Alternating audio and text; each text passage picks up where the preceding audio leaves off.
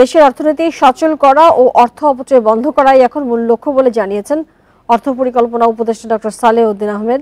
জানান, মেগা প্রকল্প নয়, আপাতত ব্যবসা বাণিজ্য এবং জনগুরুত্বপূর্ণ প্রকল্প চালু রাখা হবে। প্রতিশ্রুতি অনুযায়ী সময় মতো বৈদেশিক ঋণের টাকা পরিশোধ করা হবে বলেও জানান উপদেষ্টা। এ নিয়ে আলোচনা করতে আছেন রাজশাহী বিশ্ববিদ্যালয়ের অধ্যাপক ডক্টর হাসনাত আলী।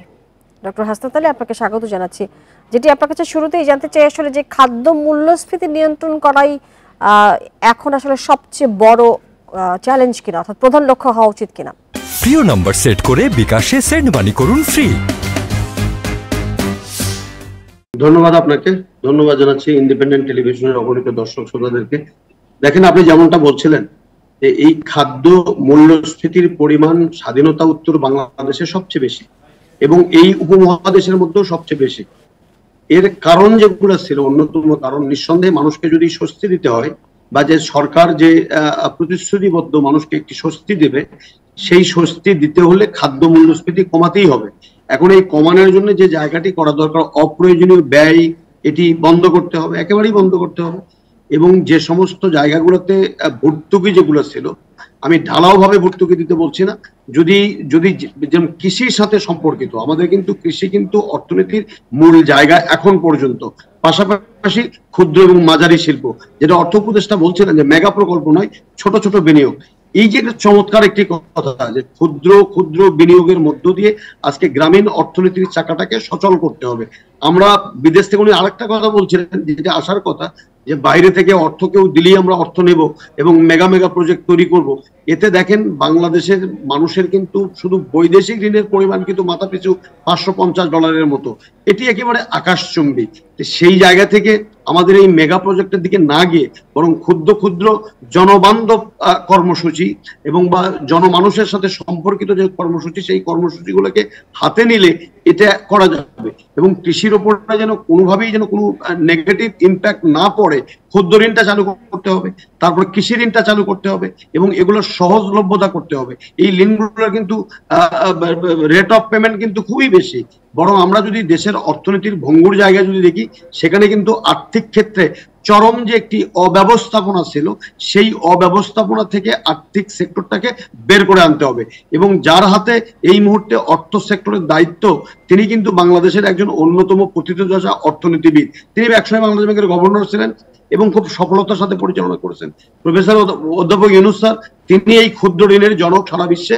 অতএব ওনাদের নেতৃত্বে, এবং যিনি বাংলাদেশ ব্যাংকের গভর্নর হতে যাচ্ছেন, তিনিও কিন্তু একসময় ব্র্যাক ব্যাংকের উনি এমডি ছিলেন। অতএব এই ত্রয়ীর সমন্বয়ে যেন অর্থনীতির ক্ষেত্রে যে বড় ধরনের যে দুর্নীতি, টাকা পাচার, তারপরে এই যে মেগা মেগা প্রজেক্টের নামে মেগা মেগা দুর্নীতি, এই জায়গা থেকে আমার মনে হয় যে অর্থ উপদেষ্টা মূল জায়গায় উনি হাত দিয়েছেন। এখন সবচেয়ে বড় কথা হলো ব্যাংকিং সেক্টরে একটি কমিশন তৈরি করা। আমরা দীর্ঘদিন থেকে বলার চেষ্টা করছি, যিনি বাংলাদেশ ব্যাংকের গভর্নর হতে যাচ্ছেন, ওনারও এটা প্রপোজাল যে আর্থিক সেক্টরে যদি সুশাসন ফিরাতে হয়, তাহলে প্রথম যে কাজটি করতে হবে, ব্যাংকিং সেক্টরের প্রতি মানুষের যে আস্থা চলে গেছে টাকা লোপাট হওয়ার কারণে, সেই আস্থাটা ফিরানো সবচেয়ে বেশি জরুরি।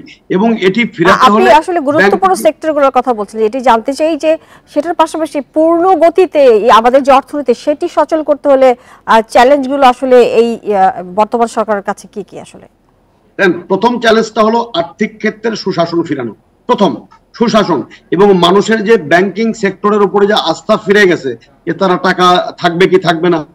ভয়ঙ্কর নভেম্বরের মধ্য দিয়ে ইসলামী ব্যাংকে লোপাট করা হলো, তারপর আমাদের বেসিক ব্যাংকে বাচ্চু সাহেবের মাধ্যমে লোপাট করা হয়ে গেল, তারপর ন্যাশনাল ব্যাংকের শিকদার গ্রুপের মাধ্যমে সরকার সংশ্লিষ্টদের মাধ্যমে যে লোপাট হয়ে গেল, হাজার হাজার কোটি টাকা বিদেশে পাচার হয়ে গেল। সিপিডির অনুযায়ী 92,000 কোটি টাকা শুধুমাত্র ব্যাংকিং চ্যানেল থেকে বিদেশে পাচার হয়ে গেছে।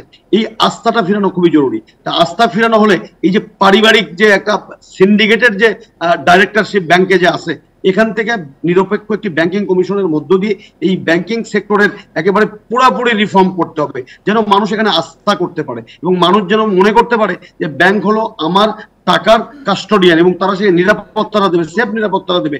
এই জায়গায় আসলে বিদেশিরা কিন্তু রেমিটেন্স পাঠানো চালু করেছে এবং এটি যদি আসে এবং এটি যদি জাতীয় উন্নয়নে যদি ব্যবহার করা যায়, তাহলে কিন্তু আস্তে আস্তে আপনি দেখবেন যে সকল ক্ষেত্রে মানুষের আস্থা ফিরাতো। আস্থা ফিরানোর একটা গুরুত্বপূর্ণ কথা। সবচেয়ে দ্বিতীয় আরেকটা জিনিস, ক্যাপিটাল মার্কেট। আমাদের ক্যাপিটাল মার্কেট ধ্বংস করা হয়েছে সিন্ডিকেটের মাধ্যমে। 96-এ ক্যাপিটাল মার্কেটকে লোপাট করা হলো, বহু যুবক তরুণদেরকে নিঃস্ব করে দেওয়া হলো। সেই ক্যাপিটাল মার্কেটের তদন্ত রিপোর্ট এখন পর্যন্ত জাতি দেখেনি।